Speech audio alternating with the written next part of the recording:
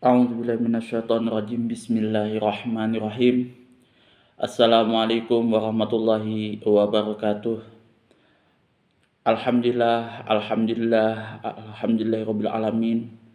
Innal hamdalillah nahmaduhu wa nastaghfiruh wa na'udzu billahi min syururi anfusina wa min sayyiati a'malina. May yahdihillahu fala mudilla lahu wa may yudlil fala hadiyalah. Asyhadu an la ilaha illallah wa asyhadu anna Muhammadan abduhu wa rasuluh. Allahumma sholli ala sayyidina Muhammad wa ala ali sayyidina Muhammad kama sholaita ala sayyidina Ibrahim wa ala sayyidina Ibrahim wa barik ala sayyidina Muhammad wa ala ali sayyidina Muhammad kama barakta ala sayyidina Ibrahim wa ala sayyidina Ibrahim fil alamina innaka Hamidum Majid. Rabbi shrah li sadri wa yassir li amri wa hlul 'uqdatam min lisani yafqahu qawli. Amma ba'du. Hadirin hadirat jamaah kaum muslimin muslimat yang dirahmati oleh Allah Subhanahu wa taala. Pada kajian kali ini kita akan membahas tentang hadis nomor 40 Kitab Bulughul Maram karya Ibnu Hajar Al-Asqalani sebagaimana biasanya. Nah, di pembahasan kali ini kita akan membahas tentang pentingnya berhemat, ya kan? Di mana di masa-masa sekarang ya masa-masa sebelumnya pentingnya selalu berhemat itu sudah bahasan yang memang umum sudah kita ketahui bersama. Gak usahlah kita pakai materi kajian Al-Quran dan hadis. Itu kita lihat sendiri bagaimana di kehidupan kita sehari-hari orang-orang yang sukses, yang kaya raya dan lain sebagainya, kunci dari mereka itu salah satunya adalah berhemat. Berhemat bukan berarti kita pelit ya, tapi bagaimana kita memanajemen antara pengeluaran dengan pendapatan kita. Apabila pendapatan kita lebih besar daripada pengeluaran kita, nah maka income kita pun jauh lebih besar. Nah, ketika pendapatan kita itu berapa persennya, anggaplah kasaran 10% dari pendapatan kita sisihkan. Nah, kita tabung, misalkan 3 juta 10% sudah kita sisihkan, sudah kita tabung. Nah, baru yang lain-lain kita bisa beli. Itu salah satu manajemen kita di dalam berhemat. Berhemat bukan berarti kita kikir atau ya pelit lah seperti itu, tapi memanajemen pengeluaran kita seefisien mungkin, sebaik mungkin, supaya yaitu jangan sampai terhambur-hambur dengan barang yang tidak bermanfaat. Nah, salah satu hal yang yang bikin kita, terutama saya pribadi, kurang terkontrol dalam mengatur pengeluaran adalah gelap mata ya. Makanya kalau teman-teman adik-adik saya kalau misalkan kami belanja tuh jalan-jalan ke mall, ke pasar, segala macam, pasti selalu dinasihati jangan sampai gelap mata. Belanja itu jangan sampai gelap mata, karena kalau gelap mata itu apapun itu sudah nggak ke kontrol lagi, nggak ke filter lagi. Ini beli ini. Apalagi kalau sudah kita berjalan berdua tuh sama pacar kah, sama pasangan kah, seperti itu. Kak mau beli yang ini kak, kayaknya cocok deh. Wah, sudah itu hancur.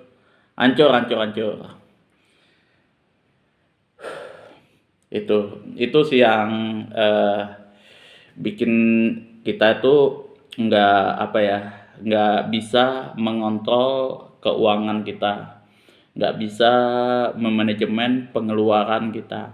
Nah, di sini di dalam agama Islam pun itu diatur sedemikian mungkin pengeluaran kita ya, baik itu secara zohir tersirat seperti dia katakan seperti itu, ataupun yang kiasan-kiasan ya. Nah, berikut kalau misal yang biasa kita dengar itu innal mubadzirina kanu ikhwanis syayatin. Sesungguhnya orang yang mubadzir itu adalah temannya setan. Nah, mubadzir ini apa sih sebenarnya? Kalau misalkan kita makan lah, katakan kita makan cuman habisnya sepiring. Nah, habis sepiring. Biasanya yang di hidangan, yang di ini nih, yang di meja nih ada macam-macam nih. Ada macam-macamnya tuh macam-macam menu biasanya. Nah, ya, dari semua porsi itu paling yang habis cuman berapa persen, 10%, yang lainnya ya mungkin bisa terbuang dan lain sebagainya. Itu yang dibenci oleh Rasulullah SAW. Nah, beda kalau misalkan ya mungkin untuk nanti ya kan, misalkan pagi kita masak, kemudian nanti untuk siang atau malam, itu nggak ada masalah. Tapi yang dimaksud di sini adalah kita beli makanan banyak, tapi nanti ujung-ujungnya terbuang. Nah, itu yang dilarang oleh Al-Quran, Allah Subhanahu wa Ta'ala, dan Rasulnya. Nah, makanya kan waktu pembahasan sebelumnya ada tuh masalah ini menyamak kulit kambing, kulit kerbau dan lain sebagainya itu. Nah, itu salah satu hal yang diajarkan oleh Rasulullah bagaimana kita berhemat ya kan. Kita misalkan anggaplah kita beli sapi, kemudian sapinya tadi kulitnya kita sudah ini kan. Nah, nanti kita kulit sapi tersebut kita gunakan lagi untuk hal-hal yang lain yang lebih bermanfaat. Biasanya untuk kita jual, kerajinan dan sebagainya. Nah, itu salah satu metode ajaran agama Islam kepada umatnya untuk memanfaatkan sesuatu yang ada supaya jangan sampai terbuang. Dan itu salah satu metode kita untuk berhemat. Nah, apapun itu, baik kulit binatang, sisa makanan, sisa pakaian dan lain sebagainya, itu bisa dimanfaatkan semuanya. Semaksimal mungkin jangan sampai terbuang. Kalau misalkan toh pun mau kita buang, kita berikan kepada orang yang lebih membutuhkan, seperti itu. Kita lanjut kepada kajian hadisnya.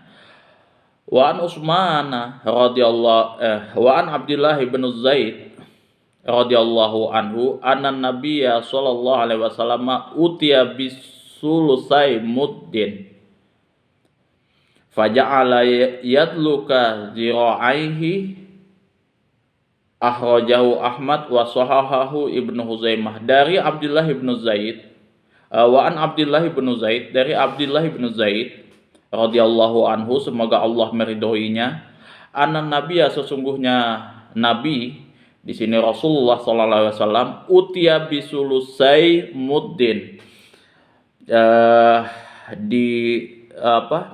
didatangkan kepada Nabi sallallahu alaihi wasallam tadi 2/3 mud, 2/3 mud, wa ja'ala yadluka zira'aihi, lalu Rasulullah SAW menggosok kedua lengannya tersebut. Akhrajahu Ahmad, diriwayatkan oleh Imam Ahmad, wa sahahahu Ibnu Huzaimah, dan disahihkan. Nah, di sini disahihkan oleh Ibnu Huzaimah. Makna hadisnya adalah berlebihan dalam menggunakan air sama dengan memubazirkan harta, dan perbuatan Rasulullah SAW adalah syariat bagi umatnya. Jadi Rasulullah SAW itu apapun yang beliau lakukan itu adalah patokan kita di dalam mengamalkan ajaran Islam. Jadi ya Rasulullah itu wajar kalau dikatakan sebagai Al-Quran berjalan, karena ya panutan kita ya Rasulullah Alaihi Wasallam. Nah, di sini Rasulullah mencontohkan kepada umatnya bagaimana kita berhemat dalam suatu hal yang paling kecil, yaitu air. Nah, Rasulullah tidak pernah mau menggunakan air dengan cara yang mubazir. Jadi ya misalkan air itu deras lah kan. Nah, kita kecilin sedikit semaksimal mungkin kita menggunakannya. Jangan sampai kita keran dibuka selebar-lebarnya kemudian kita ya itu. Nah, mubazir seperti itu, membuang-buang air seperti itu Rasulullah sangat tidak senang. Rasulullah SAW pernah berwudu dengan menggunakan air yang sedikit, yang mana isinya itu 1/3 ritel.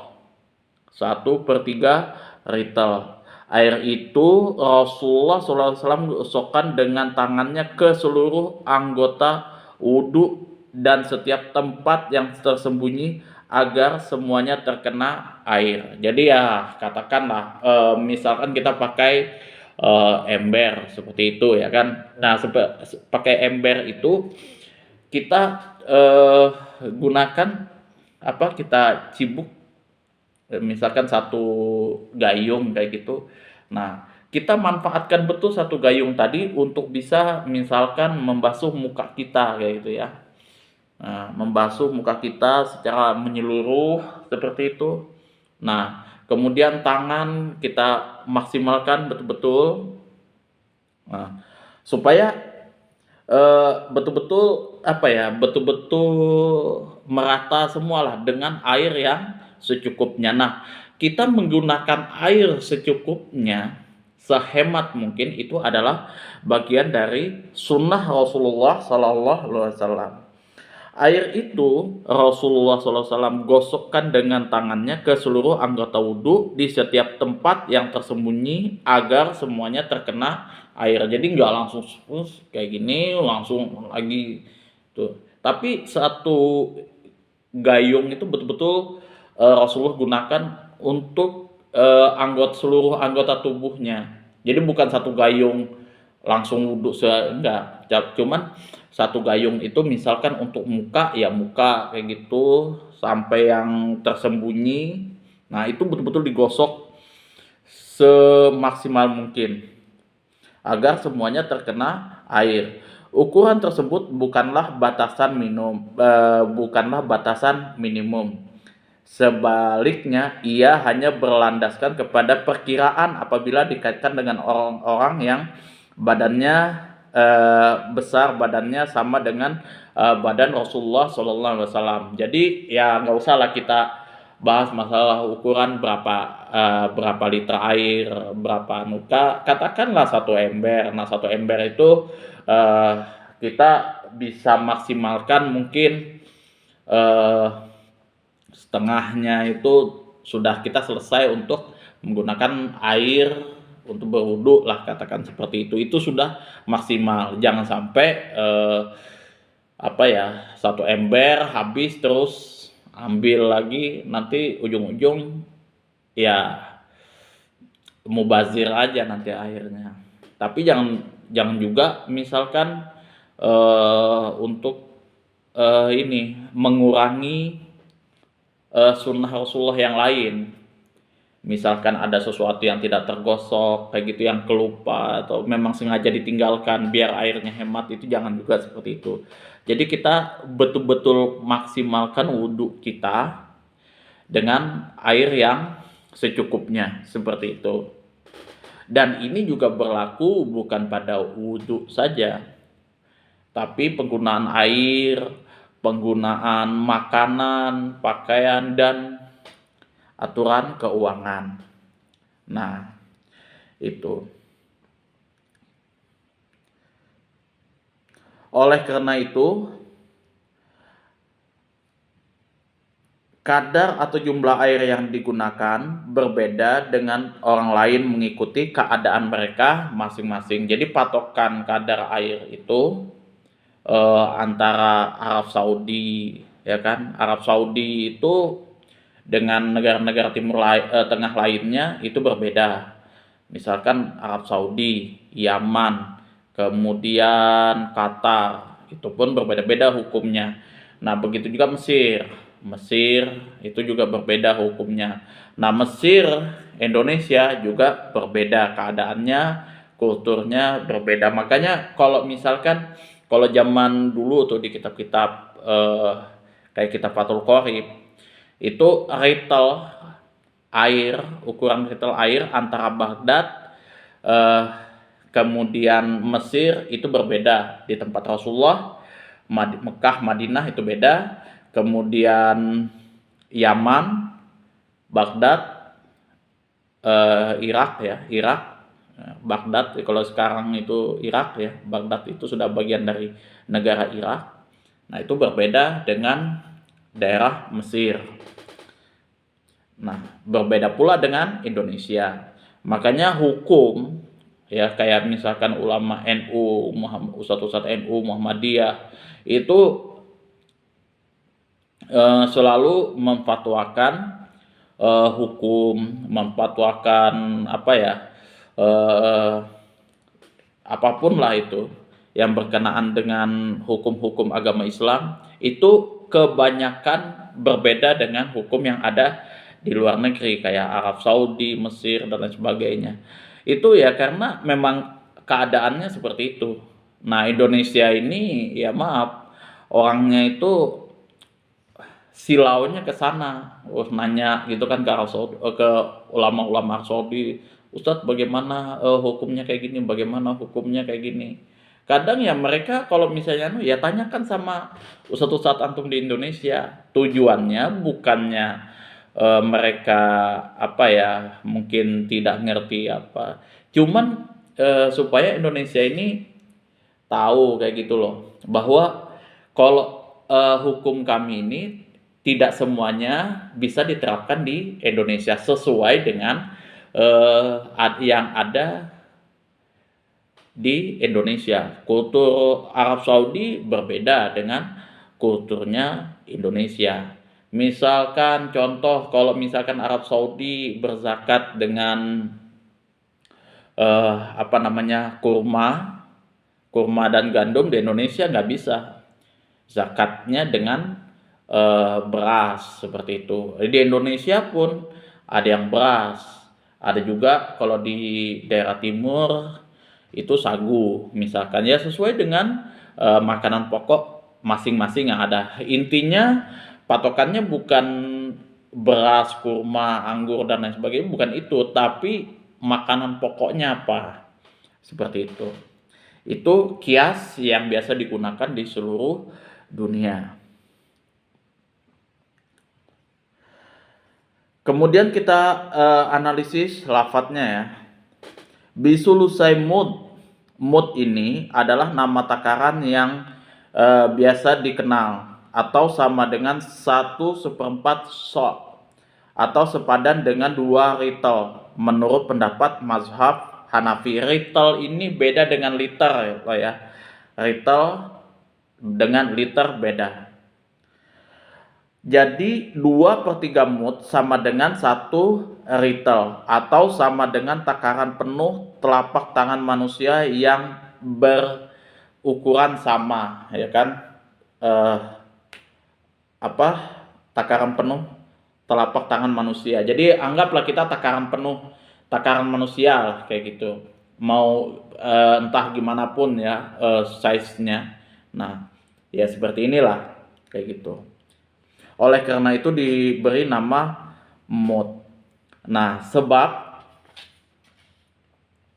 orang yang berkenaan mengembangkan orang tersebut mengembangkan kedua telapak tangannya. Jadi biasa kalau kita ngambil air kan ya seperti ini. Jadi sulusai mud tadi ya penuhnya telapak tangan tadi.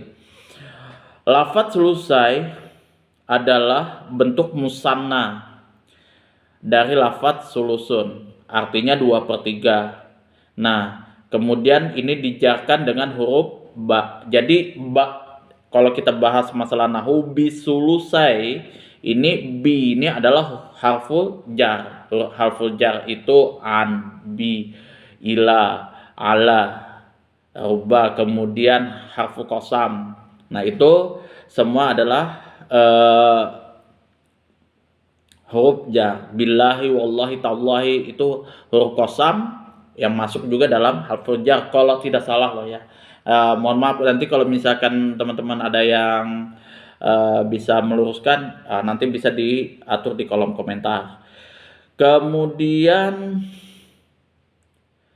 dan alamat jarnya menggunakan huruf ya karena ia termasuk dari isim musanna. Jadi kalau kita lihat tanda jarnya itu dengan ya, bisulusai.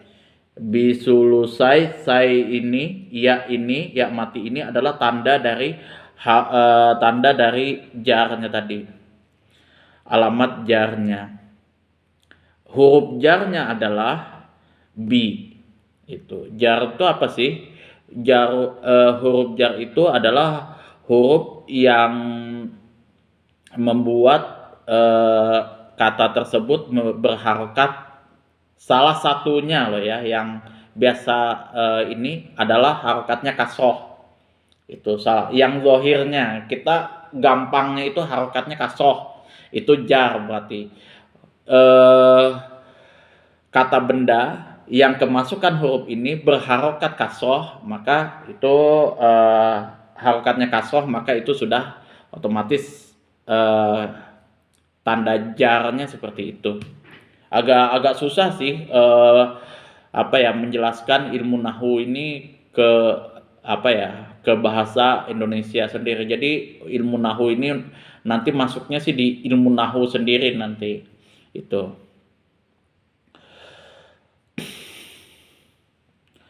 Imam Malik dan Imam Ahmad, Imam Ahmad dan Imam Syafi'i mengatakan bahwa 1 mud sama dengan sepertiga liter Irak.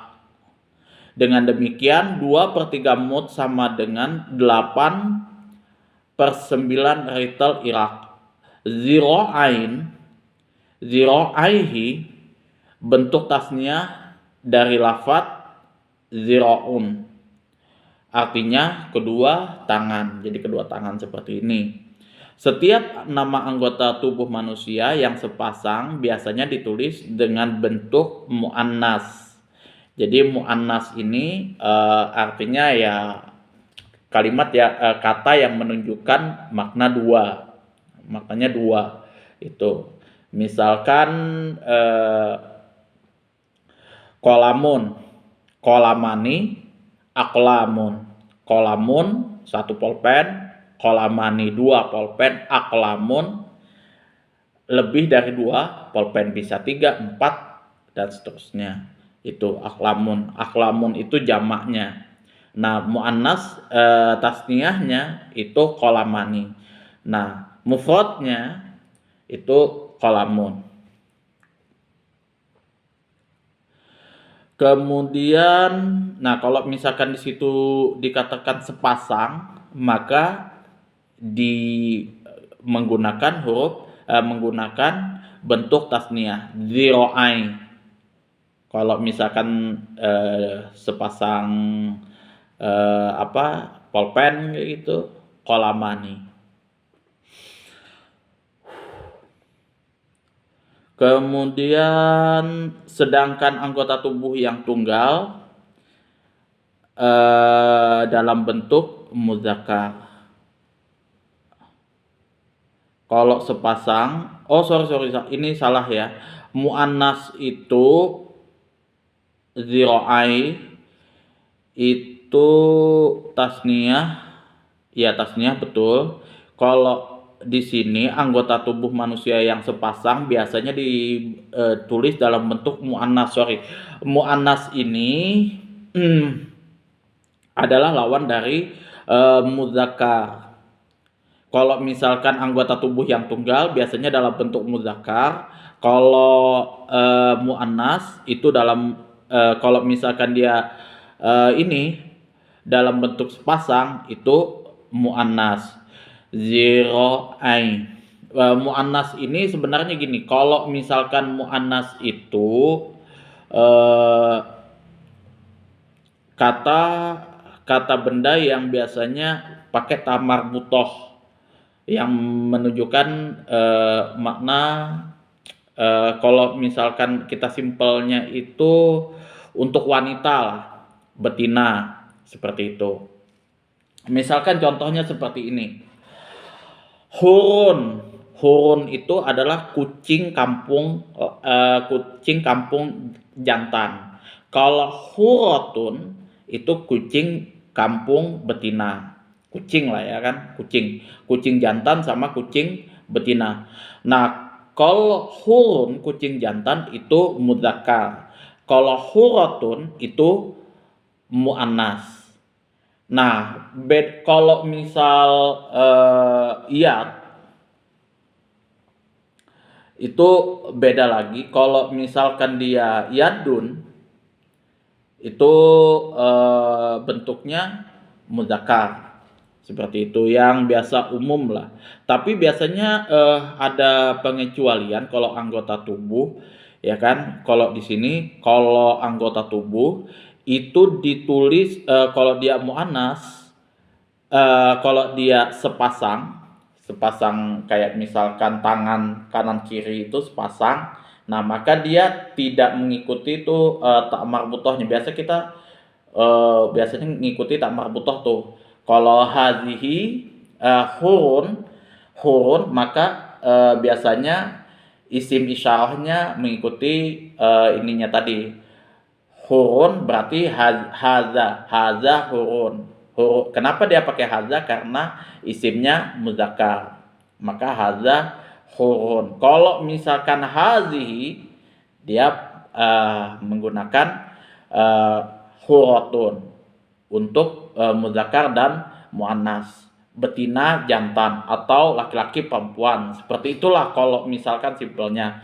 Tapi itu juga enggak rumus itu enggak letterlock seperti itu. Ada pengecualian lagi.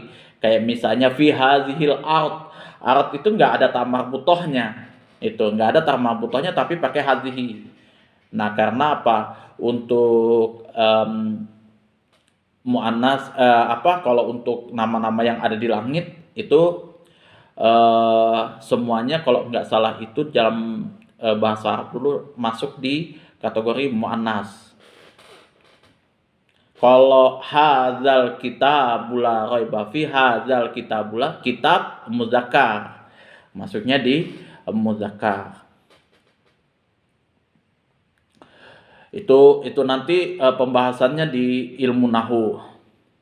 Jadi saya nggak panjang lebar lah kalau untuk membahas masalah itu. Itu nanti ilmu nahu ya biasa kita belajar itu kitab Jurmiyah, Mukhtasar Jiddan, kemudian Imriti masuk lagi nanti yang paling tinggi biasa kalau untuk kalangan ya SMA itu Alfiyah Ibnu Aqil. Itu kita SMA itu. Ada banyak lagi tingkatannya.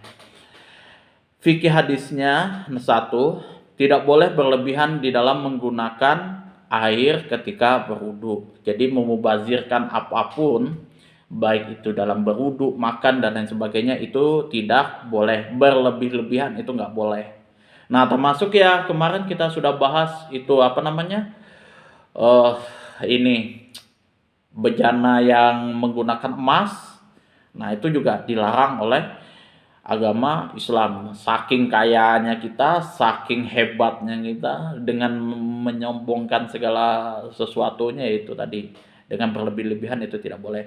Kemudian 2, disyariatkan menggosok anggota tubuh ketika berwudu. Nah, menurut jumhur ulama hukumnya adalah sunat.